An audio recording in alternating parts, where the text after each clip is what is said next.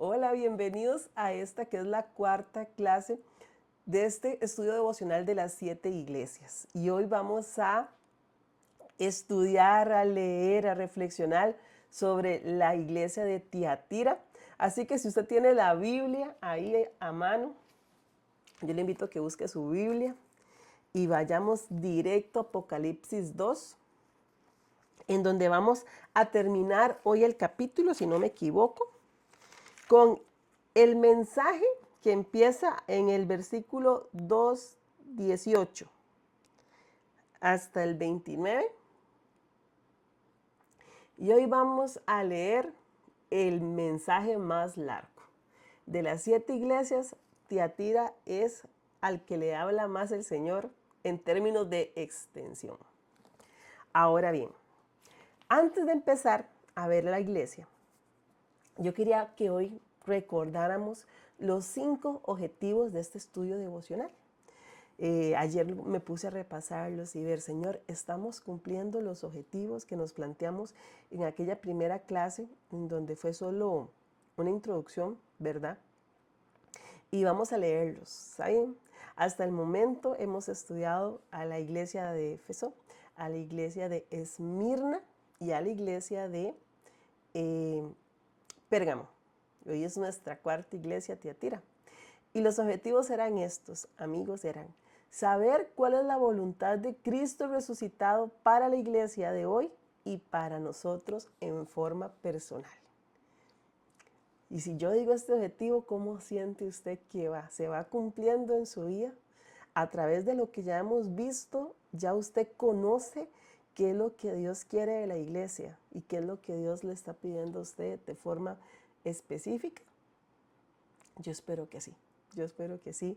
Hemos visto todo lo que el Señor ha reconocido a las iglesias y también lo que Él las ha reprendido. Entonces, hemos ampliado mucho nuestro entendimiento y nuestro conocimiento acerca de ese Cristo resucitado que se presenta y manda un mensaje directo a 7 iglesias que nosotros ahora entendemos, no era solo para ellas, ¿verdad? Era para nosotros también. Y como dice siempre el pastor Jonathan, la Biblia es más actual que el periódico de mañana. Y uno dice, Señor, tú me lo dejaste a mí aquí escrito. ¿Ok? Entonces, otro objetivo era entender cómo desea Cristo que vivamos en este tiempo de tanta oscuridad y maldad. ¿Sabe qué es algo que a mí me ha impactado de estas clases que he aprendido? Que yo siempre había pensado como que el mundo, digamos, ahorita que estamos en el 2024, que nunca había habido tanta maldad como en este tiempo, porque conforme más avanzan los años, más se va enfriando, se va multiplicando la maldad y enfriando el amor, ¿verdad? Como nos enseña Mateo. Sin embargo, esto a mí me ha hecho reflexionar un montón. La iglesia del primer siglo, la iglesia del primer siglo tuvo que enfrentarse a un mundo que no se había predicado Cristo, nunca. Que ellos estaban apenas extendiendo el mensaje del Evangelio. Imagínense la maldad que había. Imagínense en el grado de maldad que había. Ellos tuvieron que crecer en su fe en un ambiente muy hostil. Entonces, yo creo que nosotros nos podemos identificar muy bien con esa iglesia del primer siglo, que estuvo en un mundo de mucha oscuridad y maldad. Más bien pienso que después de que el Evangelio se empezó a extender por el mundo, más bien pienso que a partir de que el Evangelio se empezó a extender por el mundo, empezó tal vez a ser mejor, ¿verdad? Como ahorita que estamos viendo pues otra etapa de la iglesia, pero definitivamente esa iglesia, los primeros tiempos tuvo que vivir en medio de la maldad y la oscuridad y nos inspira a nosotros a cómo es que tenemos que vivir nosotros en este tiempo. Ahí si me pueden estar pasando reportes, porque ahorita también me puso que el internet estaba inestable, si me están escuchando, me avisan. También el tercer objetivo era permitir que Jesucristo en persona escudriñe nuestra vida y la transforme. Permitir que Jesucristo escudriñe nuestra vida y la transforme.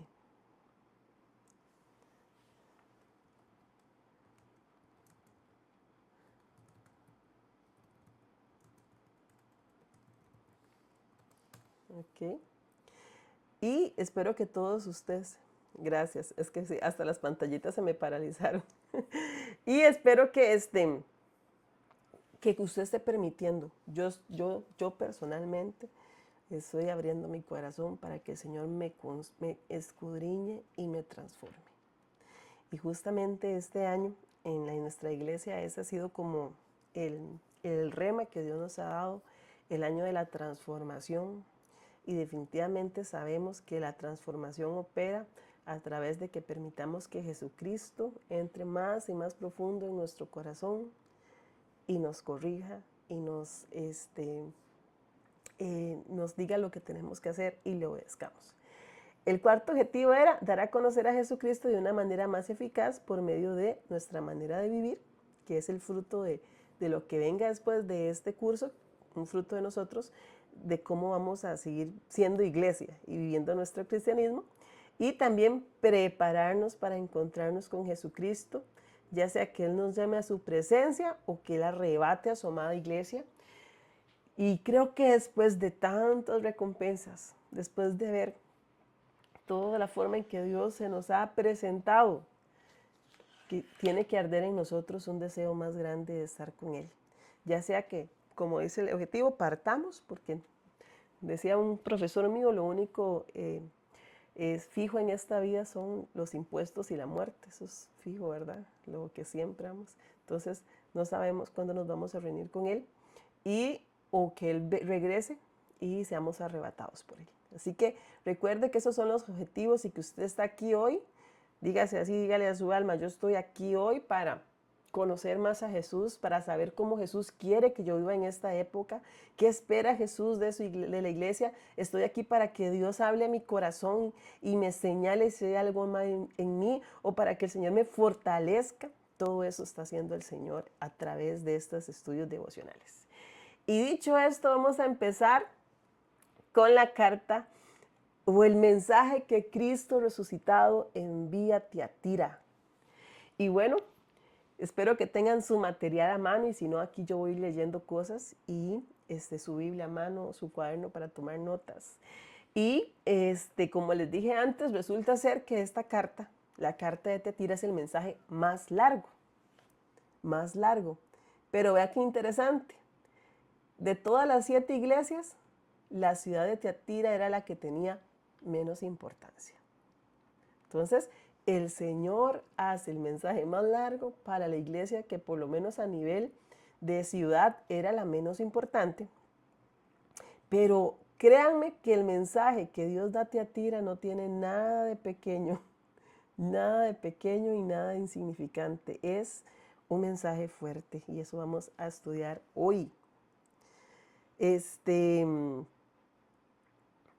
Tiatira podemos hablar algunas cosas sobre la ciudad, pero realmente de las 7 iglesias es de la que más desconocemos cosas, de su contexto. De las 7 iglesias, de la menos que sabemos, ¿ok? Gracias Daya por reportar.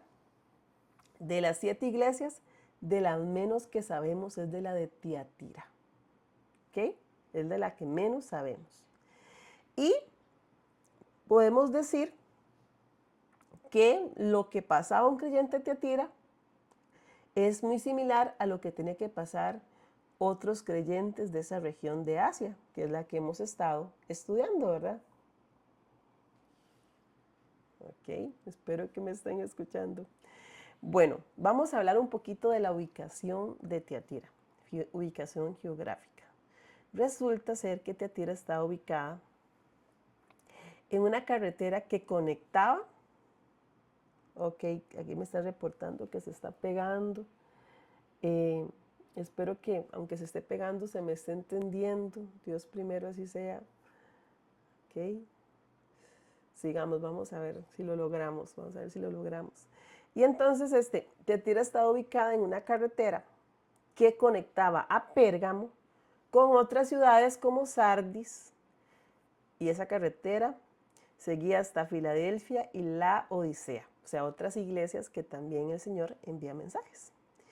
Y en el caso especial, y bueno, sobre esta carretera era parte de la ruta del correo imperial y estaba abarrotado de comercio. Estaba abarrotado de comercio. Entonces, una de las cosas que sí sabemos de Tiatira era que era una gran ciudad comercial. Y otra cosa que sabemos de Tiatira es que tenía una ubicación estratégica porque era, si una persona iba para Pérgamo, tenía que pasar por Tiatira. Y recuerden que Pérgamo era una ciudad muy importante porque era la capital de Asia Menor. Entonces, Pérgamo estaba armada hasta los dientes. Entonces, no me consta, ¿verdad? Pero sí dicen los comentaristas que Tiatira pasaba, porque en caso de un ataque, ellos tenían que retener a los ejércitos para darle chance a Pérgamo que se preparara. Entonces era como una ciudad con tensión, ¿verdad? Estaba ahí preparada para defender a Pérgamo, que era una ciudad que se protegía mucho por su importancia administrativa, política, ¿verdad? Ser una capital. ¿Qué más sabemos de Tiatira? Vamos a ver. Parece ser que ellos no tenían ídolos con tanta fuerza como por ejemplo Pérgamo. ¿Se acuerdan que el miércoles pasado hablamos que Pérgamo tenía altares, grandes altares para la diosa, para Apolos, para Zeus, para Asclepio, ¿verdad? Para el César. En el caso de Tiatira siempre ha habido idolatría porque eso era muy normal en esos tiempos, pero se habla de que ellos tenían, parece ser que un altar de adivinación que precedía una pitonisa llamada Zambate. Pero después de eso no habla mucho sobre este tipo de adoración a esta pitonisa. ¿Okay? Y aunque podemos decir que en esos tiempos los cristianos sufrían persecución a nivel general, en Tiatira no era tanta la presión como sí lo fue en el Pérgamo y en Esmirna, como estudiamos. Parece que en Tiatira no había tanta persecución a los cristianos. No era que no había, pero no había tanta. ¿Está bien? Ahora, hay algo importante que agregar sobre Tiatira. Una es, tenemos en la palabra registrado, tenemos en la palabra registrado un personaje que se menciona en Hechos, que es a Lidia, ¿se acuerdan? La vendedora de púrpura. Ella se convirtió. Cuando ella escuchó el mensaje, no estaba en Tiatira, estaba en otra ciudad, que ahorita no recuerdo cuál era. Voy a buscar Hechos 16, 14, si quieren podemos buscar, a ver si ahí lo menciona. Pero se cree, escuchando por ahí, se cree que ella luego regresó a Tiatira, perdón, y empezó a extender este mensaje del Evangelio, porque ella no estaba en ese lugar cuando escuchó por primera vez. Vamos a buscar Hechos 16, 14, si alguien lo encuentra primero que yo me dice.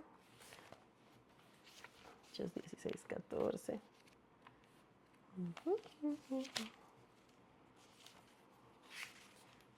Ok, 16, 14. Ajá.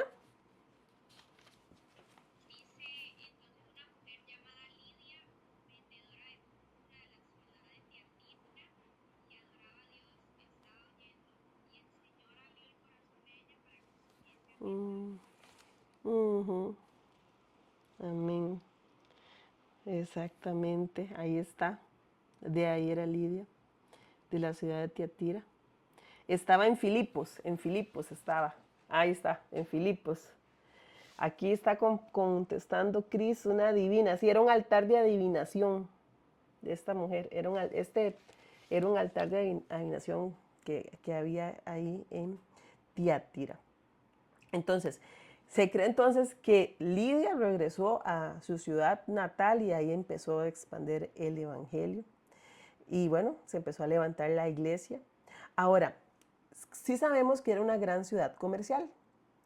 Y en relación a esto, sí se desarrolla muy bien una práctica que se desarrollaba en Tiatira, que era la existencia de gremios para ejercer el comercio. y parece ser que había un montón de gremios. Por ejemplo, habían gremios de los productores de lana, de pieles, de lino, bronce, ropa, alfareros, panaderos, de todo. Entonces, estas personas que desarrollaban una actividad comercial, tintes, ellos hacían tintes, ellos se agremiaban. Y esto era muy importante para que ellos pudieran ejercer esa actividad comercial. Y resulta ser que parece ser que este es el problema de Tiatira. Por ahí viene la situación con ellos. Estos famosos gremios que más adelante vamos a desarrollar. ¿Está bien? Parece que estos gremios tenían ciertas prácticas que no eran coherentes con el cristianismo. Y entonces venía aquí la pregunta. ¿Se le estaba permitiendo a un cristiano formar parte de estos gremios? Y ahorita vamos a verlo. Ahora, antes de ver más cosas, quiero que leamos el texto de hoy, que es Apocalipsis 2, del 18 al 29. Escúchenlo, escúchenlo. Bueno, que el Señor nos abra el entendimiento, que podamos escuchar este mensaje y entenderlo, ¿verdad? Porque a veces... Ok, vamos a ver. Ok, damos. Gracias. Ok. Dice así. Escribe esta carta al ángel de la iglesia de Tiatira. ¿Quién era el ángel de la iglesia de Tiatira? Recuerdan, el pastor, el líder, ¿verdad? Este es el mensaje del Hijo de Dios, el que tiene los ojos como llamas de fuego y los pies como bronce pulido. Yo sé todo lo que haces. He visto tu amor, tu fe, tu servicio y tu paciencia con perseverancia. Y veo tu constante mejoría en todas estas cosas. Escuchen qué lindo. Todo lo que el Señor pudo ver en Tiatira. Pero tengo una queja en tu contra. Permites que esa mujer, esa Jezabel que se llama a sí mismo profetiza, lleve a mis siervos por mal camino. Ella les enseña a cometer pecado sexual y a comer alimentos ofrecidos a ídolos. Le di tiempo para que se arrepintiera, pero ella no quiere abandonar su inmoralidad. Por lo tanto, la arrojaré en una cama de sufrimiento y los que cometen adulterio con ella sufrirán terriblemente a menos que se arrepientan y abandonen las maldades de ella. Heriré de muerte a sus hijos. Entonces todas las iglesias sabrán que yo soy el que examina los pensamientos y las intenciones de cada persona. Y yo resalté este versículo como el versículo más importante o el que me tocó más el corazón. Que sabrán que yo soy el que examina los pensamientos, las intenciones de cada persona. Y le daré a cada uno de ustedes lo que merezca. Pero también tengo un mensaje para el resto de ustedes en Tiatira, los que no han seguido esa falsa enseñanza, verdades más profundas, entre comillas, como ellos las llaman, que en realidad son profundidades de Satanás. No les pediré nada más, solo que retengan con firmeza lo que tienen hasta que yo venga. A todos los que salgan vencedores y me obedezcan hasta el final, les daré autoridad sobre todas las naciones. Gobernarán las naciones con vara de hierro y las harán pedazos como si fueran ollas de barro. Tendrán la misma autoridad que yo recibí de mi Padre y también les daré la estrella de la mañana. Todo el que tenga oídos para oír debe escuchar al Espíritu y entender lo que Él dice a las iglesias. ¿Cómo sintieron ese mensaje? Fuerte, largo, ¿verdad? ¿Qué Señor más específico? ¿Qué específico en muchas cosas? ¿Qué personal? ¿Cómo Él puede decir, una parte de la iglesia está haciendo esto, otra parte está haciendo eso? Hay frases como, les estoy dando chance les estoy dando tiempo que se arrepientan.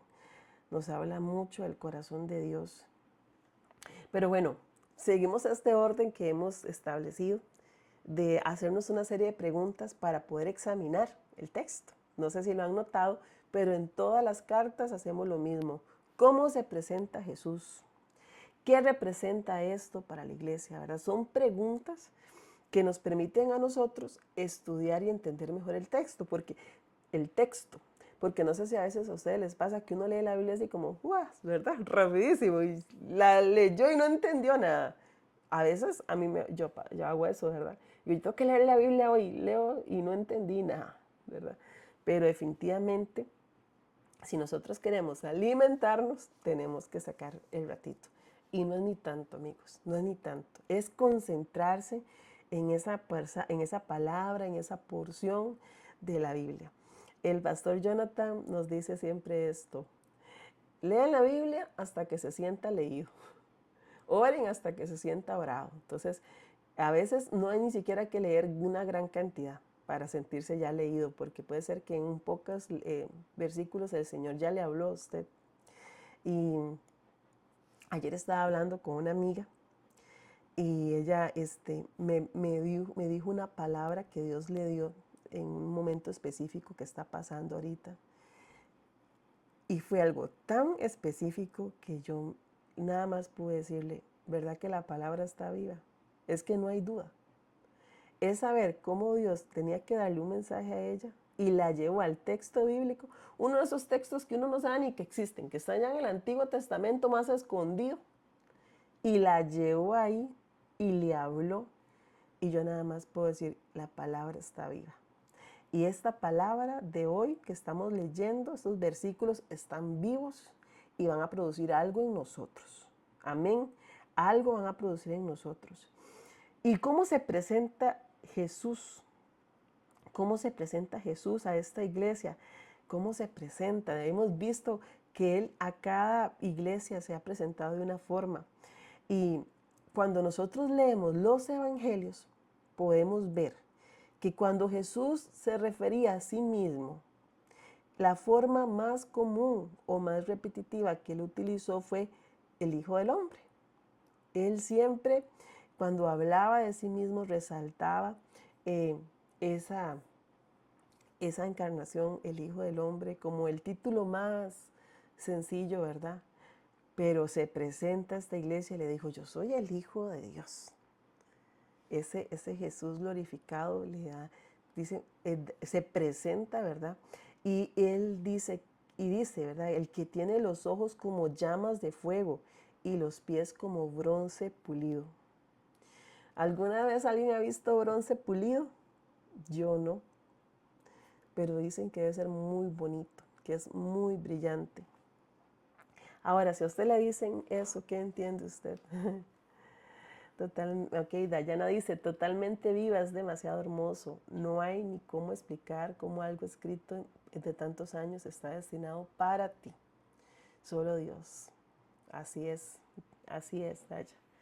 Y yo creo que lo más hermoso de leer la palabra es poder hacer eso, hacerla nuestra, no saberla como en la mente, sino que baje a nuestro corazón y entendamos que es Dios hablándonos. Pero bueno, si a usted se le presentara a Jesús con esos ojos de fuego penetrantes y con esos pies de bronce pulido, ¿qué significa eso para usted? ¿Qué interpretación le daría a eso?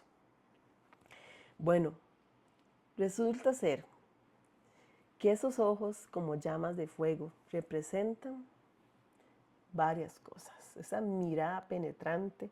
No sé si usted alguna vez alguien la ha mirado penetrante y usted con aquellos ojos siente que le está viendo todo por dentro.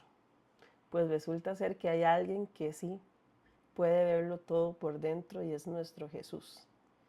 Y esa mirada representa su ira contra el pecado y representa que Él puede ver hasta lo más profundo de nosotros. Hasta lo más profundo. El día que nosotros veamos cara a cara a Jesús, nos vamos a sentir totalmente expuestos, vulnerables. Nada vamos. O sea, yo sé que ahorita para Él nada es escondido, pero nosotros no lo estamos viendo de frente, ¿verdad? pero un día lo vamos a ver de frente y vamos a tener esa mirada sobre nosotros y nada va a quedar oculto. Nada va a quedar oculto. Y, y eso tiene mucho que ver con Tiatira. Mucho que ver con Tiatira. Porque, ¿saben cómo era Tiatira, hermanos? Era una iglesia que por fuera se veía muy bonita, pero por dentro había mucha suciedad.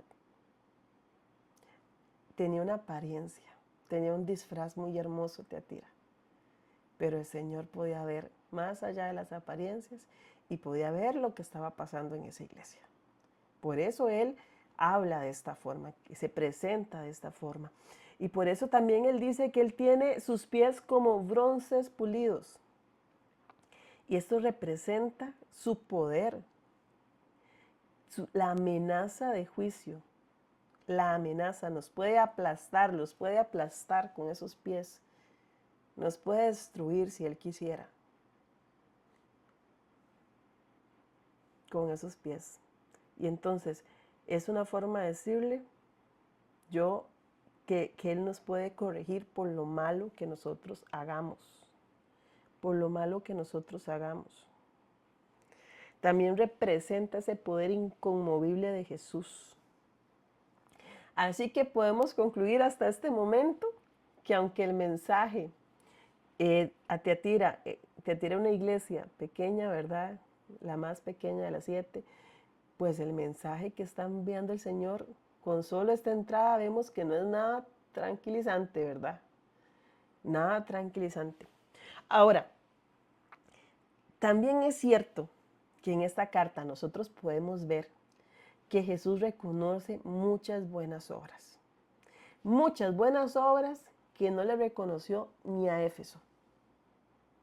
Porque vean cómo empieza lo que le reconoce Jesús a esta iglesia, su amor. Si no me equivoco, a ninguna iglesia hasta el momento había reconocido el amor.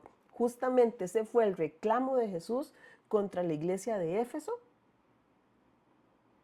Les dijo, ya ustedes no me aman a mí, ni se aman a ustedes como al principio. Pero parece ser que en Tiatira eso no era un problema. Había mucho amor, había fe. Y esta fe es la misma palabra que se usa en en Gálatas 5, cuando se habla del fruto del Espíritu Santo, la fe, pistis, que significa fidelidad a Dios. Ese tipo de fe tenía esta iglesia. Una fe que la hacía fiel al Señor. Una fe que la mantenía unida al Señor. Y esta iglesia también era paciente. Qué hermoso. Qué hermoso hallar en la iglesia paciencia. Porque sí o no, hermanos, ¿cómo cuesta ser paciente? Pues yo siento duro eso porque a mí me cuesta. Dice que ellos eran perseverantes. Y vean lo que agrega el Señor. Dice esto. Ellos estaban mejorando en todo esto. Parece ser que estas obras en Tiatira eran mejor al final que al principio. O sea que ellos iban mejorando. Voy a buscar aquí en el texto bíblico para decirles exactamente cómo lo dice él. Y veo tu constante mejoría en todas estas cosas. Entonces, qué bonito saber que nosotros estamos mejorando, que estas obras que Dios está señalando en ellos y está reconociendo, estaban mejorando. Yo creo que ese es un mensaje muy hermoso. Y nosotros podemos valorar qué le gusta al Señor que nosotros hagamos como iglesia. Al Señor le place hallar en la iglesia amor de nuestra parte. Y yo le pregunto, desde que usted empezó su camino en Cristo a hoy, ¿el amor ha aumentado o ha disminuido? ¿Ha mejorado? Sí. ¿Y su servicio? ¿Usted está sirviendo con ese mismo fuego, con ese mismo deseo, con esa misma alegría? ¿Lo está haciendo? ¿Está mejorando? No sé si a usted le ha pasado, pero Yo me recuerdo que cuando yo empecé a servir en la iglesia, cuando no había hecho ningún proceso, ¿verdad? Yo servía en lo que hubiera, ¿verdad? Y ya cuando ya pude empezar a servir oficialmente, me metí como en 4 áreas de servicio. Y me acuerdo que mi pastora me dijo, bueno, Alejandra, como usted es soltera, no la vamos a quitar el impulso, pero eso no es así, no puede meterse uno en tantos, pero vamos a darle, ¿verdad? Y yo me metí en 4 cosas y me fui saliendo de esas 4 cosas porque era imposible, no podía con tanto. Pero ellos me dejaron, no me cortaron las alas, ¿verdad? Para que uno experimentara por cabeza propia. Y ahí uno, pues, uno fue viendo qué era para dónde Dios quería llevarlo, ¿verdad? En mi caso, a mí. Pero a veces también, a lo largo de estos años, a veces he sentido el servicio como una carga. Qué vergüenza, ¿verdad? No le digan a nadie. A veces lo he sentido cansado. A veces he sentido que estoy ahí, pero como que no estoy. Y qué lindo saber. O sea, uno como iglesia sabe, no sé si usted se siente identificado conmigo, pero qué lindo saber que la gente de Tiatira más bien iba mejorando. O sea, ellos servían mejor al final que al principio. ¿Cómo es su caso? Piense ahí, saque ese ratito para reflexionar cómo ha sido su servicio, cómo ha sido su constancia, su perseverancia. ¿Ha mejorado? El Señor valora eso de usted. El Señor valora que usted aumente su amor, cultive más el amor. El Señor valora que usted, ¿ok? Me está poniendo por ahí que mi conexión está inestable. Espero que me estén escuchando. El Señor valora todas estas cosas, las reconoce, las aplaude. Nos hace hoy este reconocimiento. Este reconocimiento, si usted se siente identificado con alguna de estas cosas, siéntase de parte del Señor reconocido. Siéntase de parte del Señor valorado. Ahora, también hay una reprensión para ellos. Y es una reprensión que sí necesitamos conocer bastante el contexto de lo que podemos echar mano de lo que se sabe para entenderlo. ¿Me pueden ahí confirmar si me estoy escuchando? Por favor, perdón por ser tan insistente, pero me da cosita que no me estén escuchando, yo estoy hablando aquí. Ok, gracias, Nati. Sí, qué lástima, ¿verdad? Bueno, cualquier cosa después pueden también ver el video.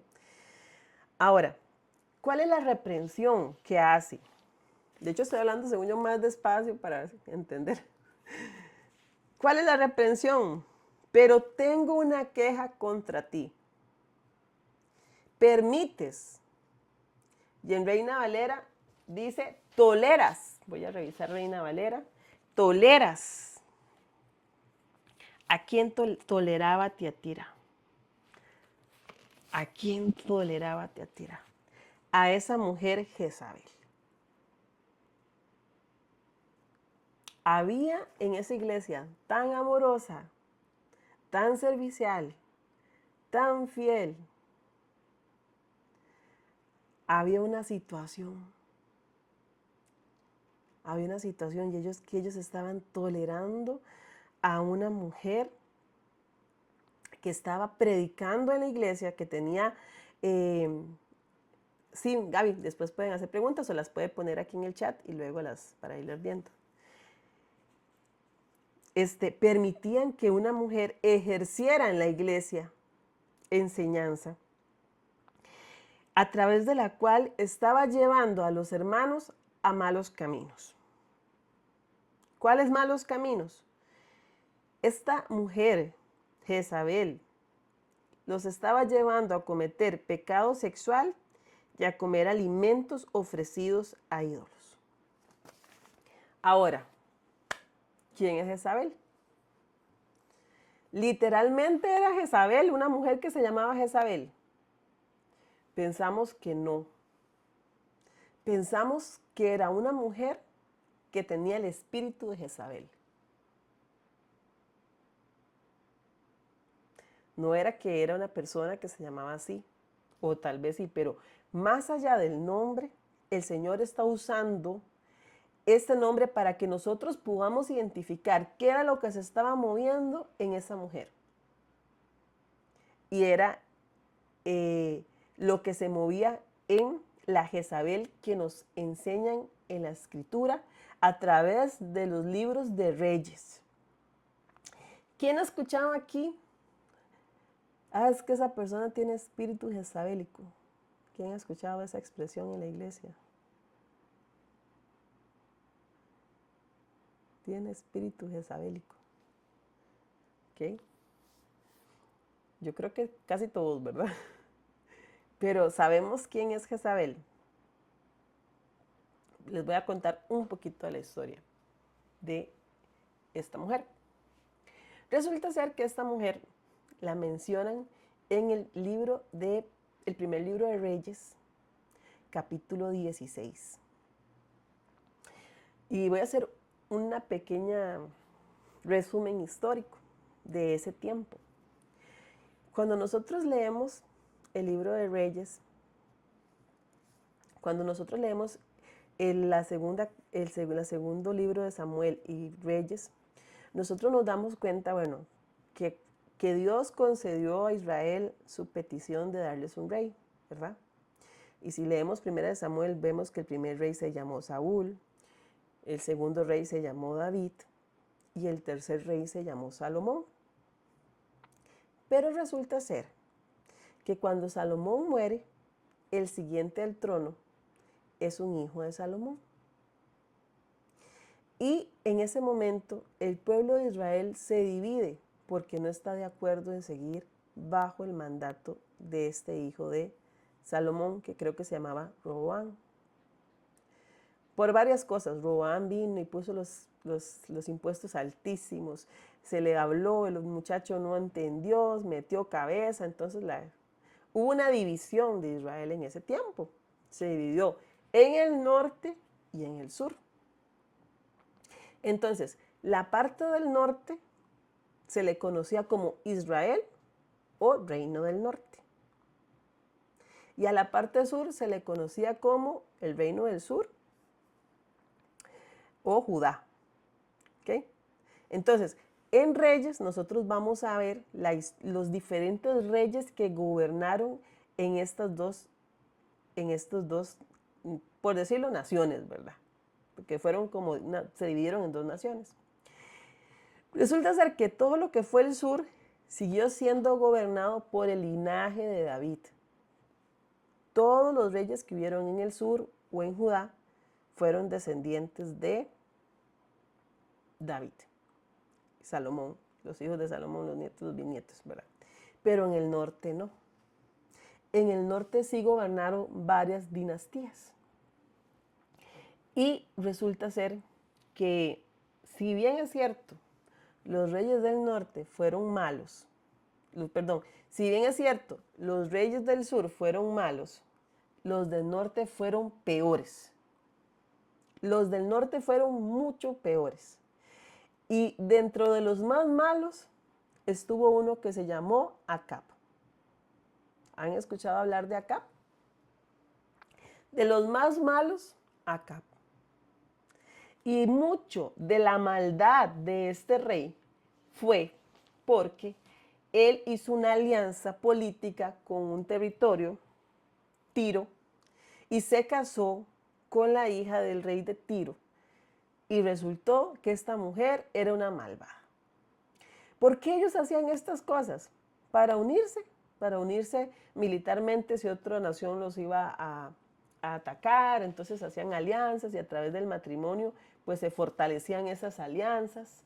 Pero resulta ser que esta mujer, Jezabel, que fue la esposa de Acab, ella se fue para la capital del norte, que era Samaria, y ahí ella se llevó sus ídolos. se llevó sus ídolos. Ellos adoraban a dos dioses. Dos puntos, demonios. Porque tenemos que entender este entendimiento, hermanos. Cuando la idolatría es adoración a demonios. Son demonios que están tras ese ídolo. Y los demonios que adoraban, o estos dioses que adoraba a Jezabel, era Baal y la mamá de Baal, que se llamaba Acera. También se le dice en la Biblia Astarot. Si han leído el Antiguo Testamento, van a recordar que estos nombres frecuentemente se citan, Baal y Acera. Y ella convenció a Acab de levantar altares de adoración a estos demonios. Y el pueblo de Israel lo hizo. El pueblo del norte empezó a adorar a estos demonios. No solo eso, hermanos. Empezó esta mujer a levantar profetas de estos demonios, de estos ídolos. A levantar profetas y a matar a los profetas de Dios. A matar los... Intentó destruir a todos los profetas de Dios. Y la historia, el profeta de ese tiempo, que me imagino que vamos a tener muy presente la historia, es el profeta Elías. Elías fue el que le tocó enfrentarse a esta mujer. Y esta mujer trató de matar a Elías. Y esta mujer era tan malvada que Elías se sintió muy intimidado por ella. ¿Recuerdan esa historia cuando Elías se fue a esconder en una cueva, lleno de miedo, después de que había tenido una gran victoria para el Señor? Porque esta mujer, Jezabel, era tremenda. El grado de opresión que ejercía esta mujer de intimidación era grande. Entonces, a través de esta mujer se contaminó el reino del norte. Se contaminó. Y después de su esposo, reinó su hijo y venía también. Entonces, ¿qué podemos nosotros extraer de Jezabel? Sabemos que Jezabel vivió en ese tiempo, eso fue aproximadamente en los años 800 antes de Cristo, 874 antes de Cristo. Obviamente no era la mujer que estaba haciendo mal en la iglesia de Tiatira, pero lo que había en esta mujer se estaba moviendo en alguien de esa iglesia. Y esta mujer, al igual que Jezabel, que quiso traer malas enseñanzas y ruina a Israel, así lo estaba haciendo esta mujer que estaba enseñando en la iglesia de Tiatira. Porque la persona que opera en este espíritu es una persona manipuladora, es una persona que lleva a los demás a hacer el mal, y prácticamente su gran cometido es que usted le sea infiel a Dios. Ella quiere, porque hasta también entiéndase que este espíritu puede operar en un hombre, ¿verdad? Quieren que seamos infieles a Dios a través de la idolatría. Y eso es infidelidad, y podríamos decir que es ¿cómo se llama cuando uno le da vuelta al esposo? Se me fue. No fornicación, sino adulterio. Un adulterio espiritual. Eso es lo que busca Jezabel. Y esta mujer estaba enseñando en Tiatira y estaba llevando a los hermanos a que ellos cometieran pecado de idolatría, al igual que lo hizo la Jezabel de Acab. ¿Cómo, hermanos? ¿Por qué era así? ¿Se acuerda que estuvimos hablando de los gremios? Y pongámosle esto, ya no me acordaba, ya. Pongámoslo así. Tratemos de traer esto a nuestra realidad.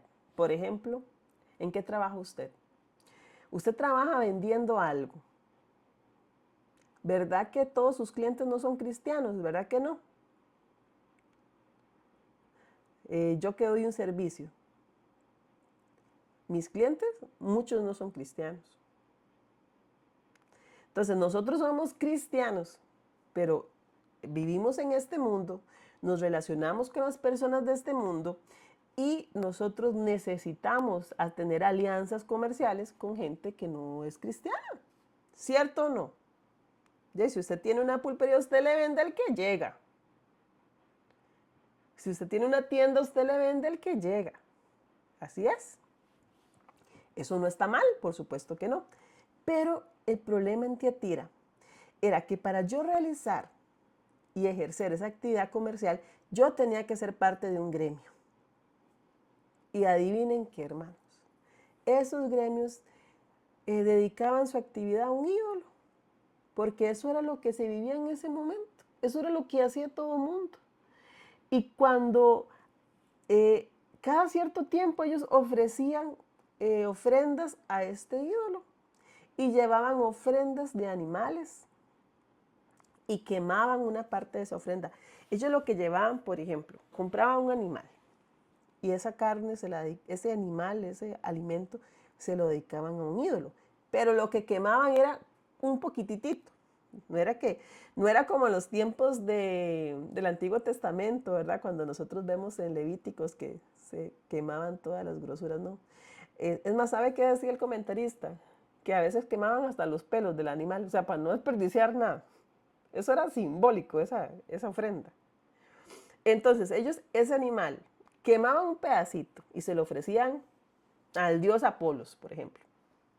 Una parte tenían que dárselo al sacerdote que ministraba para ese dios y el resto se lo dejaban ellos.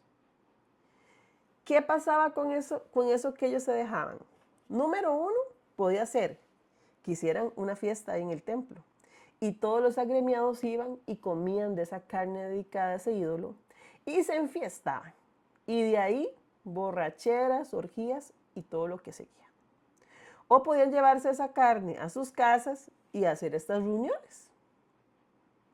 Además, los sacerdotes, entre comillas, ¿verdad? Sacerdotes, recibían esta carne, no la podían consumir, no tenían autorizado consumirla, entonces ellos la vendían a las carnicerías.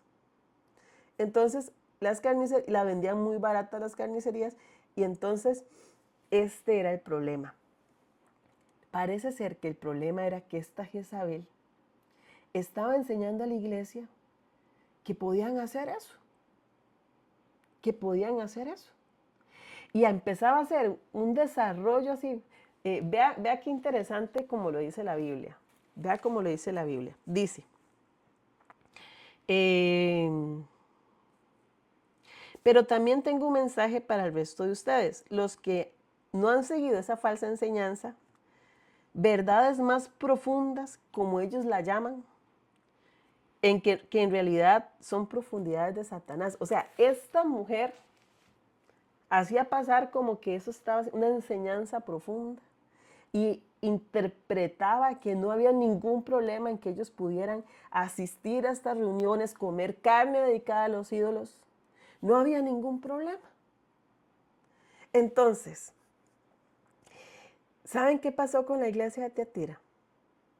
Toleraba el pecado y lo hacía parte común. Toleraban el pecado. Más fuerte que los de Pérgamo, porque los de Pérgamo era como que se acomodaban, como que eran muy conformistas. No, los de Tiatira, dentro de la enseñanza de la iglesia, se estaba permitiendo que hicieran eso. Como, es que Dios va a entender que usted tiene que hacer esto, porque si usted no lo hace, ¿cómo va a vivir? Si usted no hace esto, si usted no está en el gremio, ¿cómo usted va a vivir? No, trabaje. Dios le gusta que usted trabaje y si tiene que hacer eso, Dios lo va a perdonar. Y más bien traiga sus ofrendas aquí a la iglesia de lo que usted gana. ¿Me están entendiendo cuál era el problema? ¿Me están entendiendo? Tiatira era una iglesia que por fuera era muy hermosa, pero por dentro se estaba pudriendo en el pecado porque lo estaban tolerando. Y parecía que eran tan amorosos entre ellos que no se corregían. porque parece ser que una parte de la iglesia caía en estas prácticas y otros la toleraban. ¿Qué quiere decir esto? Que tal vez no estaban haciendo eso, pero permitían que los demás lo hicieran y como si no estuviera pasando nada. Aquí no está pasando nada. Y el Señor dice cosas muy fuertes. Dice cosas como esta: les estoy dando tiempo a que se arrepientan. Y una vez más, a través de esta palabra, nosotros podemos ver la misericordia de Dios. Pero sí o no, hermanos, que Dios no admite el pecado. Que no hay forma en que Dios se acomode con el pecado. No hay forma. Porque es contra su naturaleza. Contra su naturaleza. Y vea lo que dice el Señor. Les dice esto: heriré de muerte a sus hijos. Entonces todas las iglesias sabrán que yo soy el que examina las intenciones y los pensamientos de cada persona. Le daré a cada uno de ustedes lo que merezca. Hay una advertencia de parte de Dios, que si no hay un arrepentimiento, Él va a intervenir. Y el mal que el Señor va a traer se va a extender hasta los hijos. Vamos a ver aquí un mensaje que dice, Gretel dice, es cierto, lo viví, mi servicio fue de lleno, cuando me casé ya fue menos. Ah, ok, Gretel, pero no porque me prohibieran, sino porque me ocupaba de las cosas. Pero hace 2 años he vuelto a levantar el servicio con amor y temor. Perfecto. Ese mensajito no lo había visto. Andrea. Ok, Andrea pone en Reina Valera, ¿verdad? Enseña y seduzca a mis siervos a fornicar y a comer cosas sacrificadas. Entonces, esta era la situación que estaba pasando. Esmirna tenía un disfraz, pero ¿qué había detrás? ¿Qué había en el fondo? Estaban tolerando ese pecado, estaban tolerando que eso estuviera en la iglesia. Y yo pensaba cosas, hermanos, que me confrontó mucho leer esto, porque en mi caminar cristiano yo a veces he conocido personas en la iglesia, ¿verdad? Que, por ejemplo, yo veo que esta persona, Jezabel, tenía como una importancia en la iglesia, porque estaba seduciendo y manipulando a una gran cantidad de hermanos, pero no era el pastor, o sea, no era el líder de la iglesia. Entonces, quiero llevar la reflexión a este punto. A veces en la iglesia se levanta gente que cree que sabe más que el pastor y empieza a criticarlo y empieza a sacar sus doctrinas y sus cosas, ¿verdad? O sea, no quiere decir que nosotros no podamos, digamos, no puede decir que un pastor no se puede equivocar y nosotros podamos ir a las escrituras. O sea, todos somos humanos y todos nos podemos equivocar, ¿verdad? Y para eso están las escrituras, ¿verdad? Que son nuestra brújula, nuestro norte.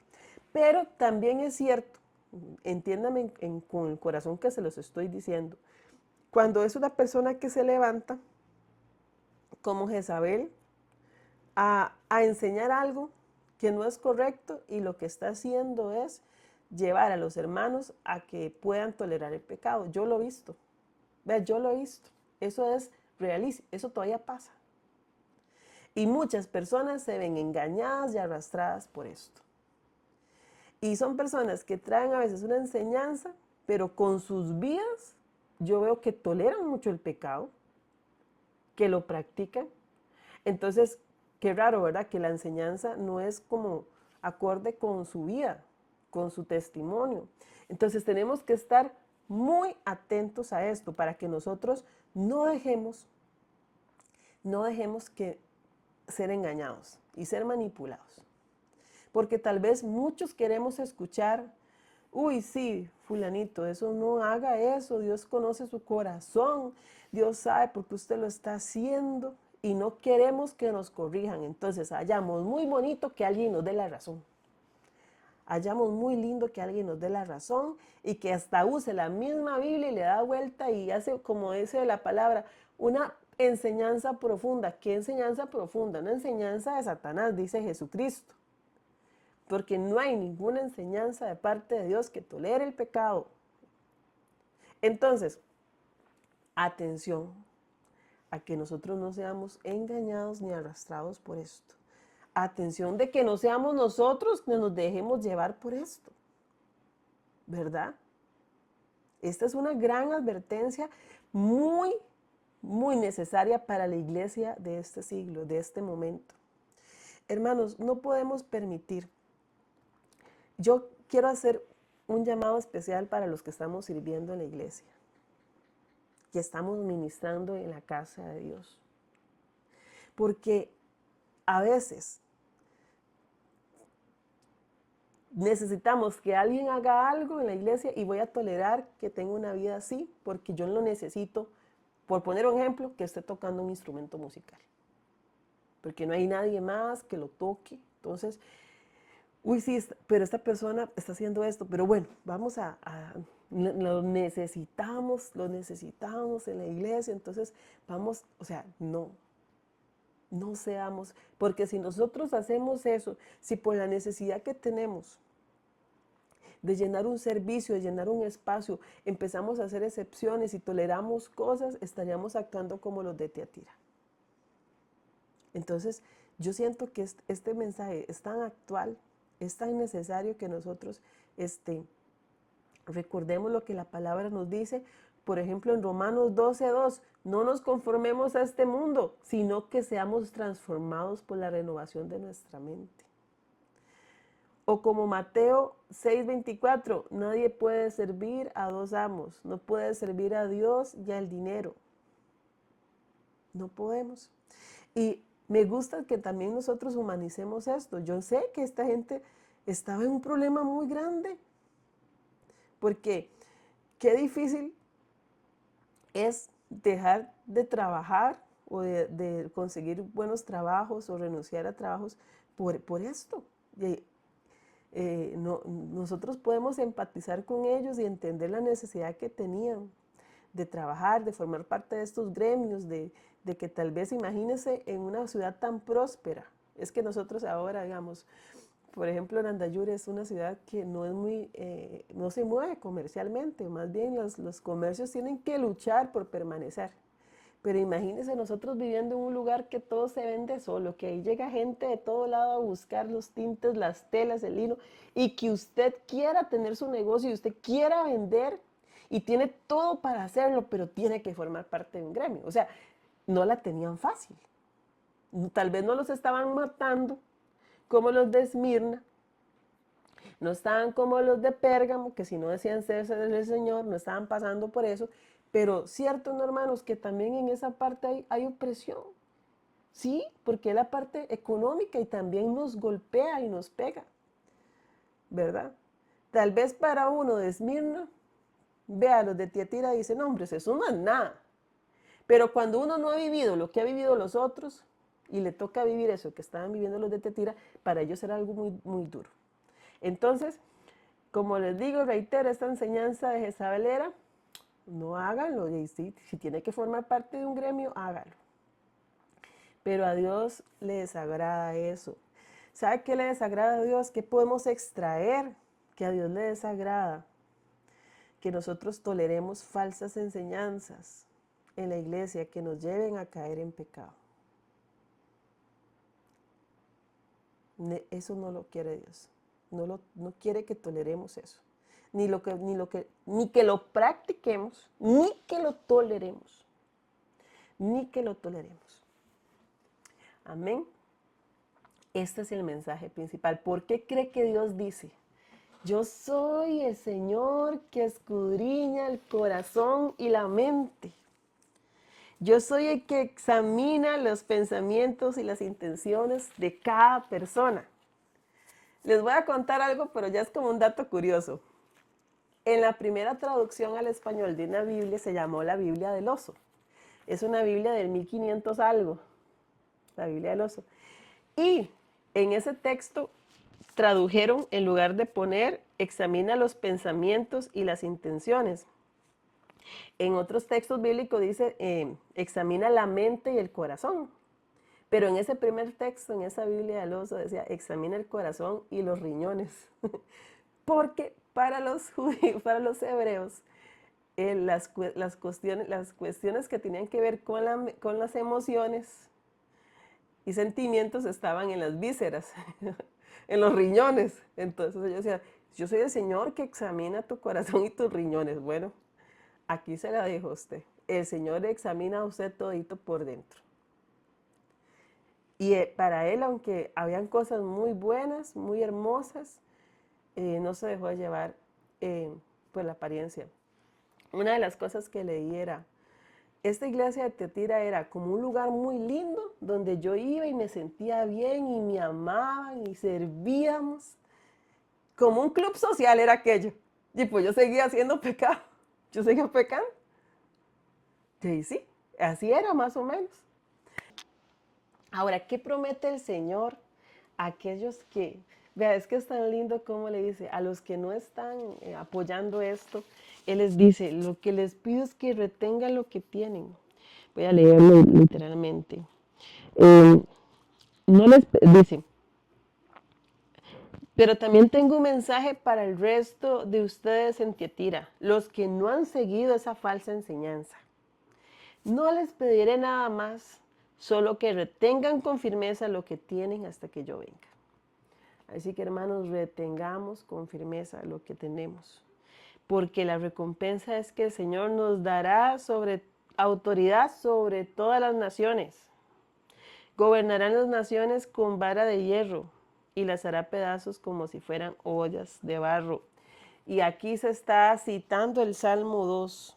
Se está poniendo parte del Salmo 2. Tendrán la misma autoridad que yo recibí de mi Padre y también les daré la estrella de la mañana. Es Salmo 2 precioso. Una vez yo estaba triste porque yo veía que este mundo estaba ganando tanto campo la maldad y cómo los reyes, los presidentes apoyaban obras de... O sea, yo empecé a sentir un día muy triste por eso. Yo decía, por una situación familiar que estaba viviendo. Yo decía, pero algo que alguien estaba haciendo y yo veía mucho apoyo del Estado, ¿verdad? Yo decía, pero ¿por qué esto, verdad? Y me tocaba leer el Salmo 2 y ahí Dios me dijo, un día ya eso no va a ser así. Todas las naciones estarán sometidas a mí. Entonces, el Señor nos recuerda que nosotros vamos a gobernar con Él. Esa es nuestra promesa, hermanos. Cuando nosotros estemos con el Señor,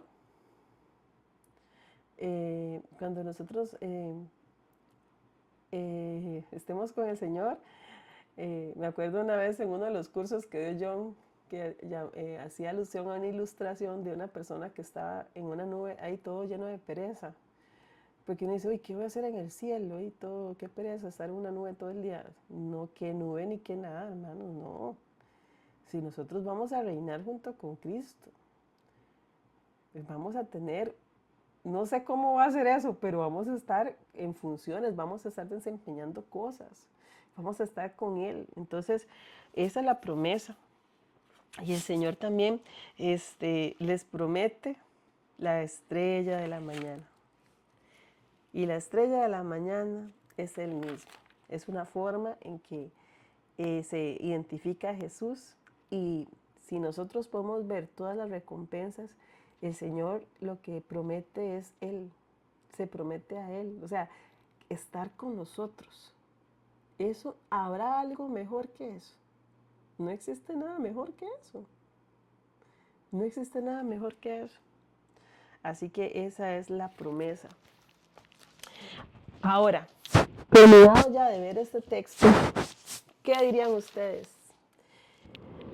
¿Qué dirían ustedes? ¿Cómo quiere Jesús que lo veamos hoy? ¿Cómo quiere Jesús? Jesús quiere que nosotros que sepamos que Él nos está viendo y sabe todo lo que estamos haciendo. Que no hay nada que para Él permanezca en el secreto, que Él conoce las intenciones de nuestro corazón y que Él tiene autoridad sobre nosotros. ¿Estás haciendo alguna de estas buenas obras? Bueno, ya hablamos de eso, ¿verdad? Ojalá que así sea. Ojalá que todos los días mejoremos en amor, todos los días mejoremos en fe, en servicio, y que nos mantengamos perseverantes y constantes hasta el final. Hasta el final. Y si usted, bueno, aquí me pone conexión inestable. Y si usted ha menguado, o si yo he menguado en algo, agarremos valor y sigamos adelante. Que el Señor pueda decir, he visto que han mejorado en esto. Amén. Las cosas que desagradan a Dios las estoy practicando hoy. Algo de lo que escuchamos hoy, algo de lo que aprendimos hoy, puedes identificarlo como algo que estás haciendo. ¿Estás haciéndolo hoy? Vean como dice el mismo texto. El Señor te está dando chance a que te arrepientas. Y a través de este mensaje te está hablando.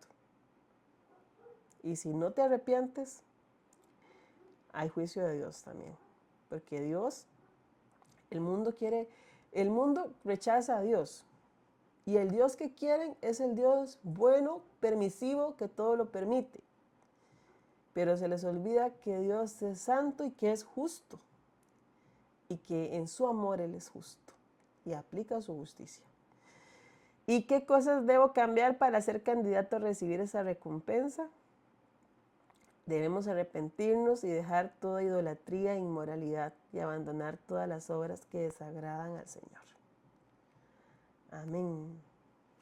Bueno, hermanos, ya vamos finalizando esta clase. Como dijimos, es un mensaje largo y yo no sé si ustedes han podido ver cómo cada iglesia es algo tan diferente y cómo con todas nos podemos identificar, cómo con todas nosotros agarramos a... Por eso es tan importante que usted termine esta clase y vaya a su cuaderno donde usted está haciendo su carta o a su archivo en la computadora y escriba ahí. Yo la estoy haciendo súper personalizada, como si Dios me estuviera hablando así directamente, como Alejandra, esto y esto y esto. Porque es válido, porque yo estoy leyendo la Biblia y me siento confrontada por cosas y puedo decir, mi Dios me está hablando, me está diciendo, dale, cambie esto, cambie lo otro, ¿verdad? Y no sé si al final se los voy a compartir o no sé cómo va a ser la dinámica, pero sí lo animo a que lo haga. Y si usted dice, yo no la hice, empiécela hoy, con lo que empiece de aquí, todavía quedan 3 clases más y todavía puede hablarle mucho el Señor. Bueno, esto sería la clase de hoy. Muchas gracias por ver el video, muchas gracias por hacer la clase y nos vemos en la próxima lección con la iglesia de Sardis.